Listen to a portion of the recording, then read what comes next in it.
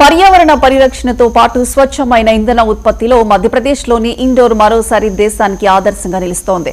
నగరంలో ఏర్పాటు చేసిన భారీ బయో సిఎన్జి ప్లాంట్ చెత్తను విలువైన ఇంధనంగా మార్చి వినూత్న ఫలితాలను సాధిస్తోంది.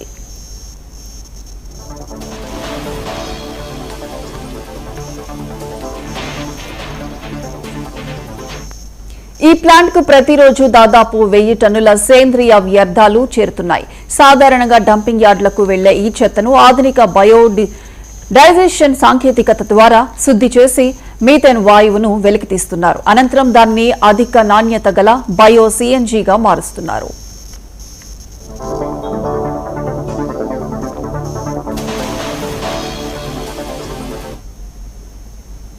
ఉత్పత్తి అయ్యే బయో సిఎన్జిని నగర బస్సులు, ఇతర వాహనాలు ఇంధనంగా వినియోగిస్తారు. దీంతో సంప్రదాయ శిలాజ ఇంధనాలపై ఆధారపడటం తగ్గడంతో పాటు కార్బన్ ఉద్గారాలు గణనీయంగా తగ్గుతున్నాయి.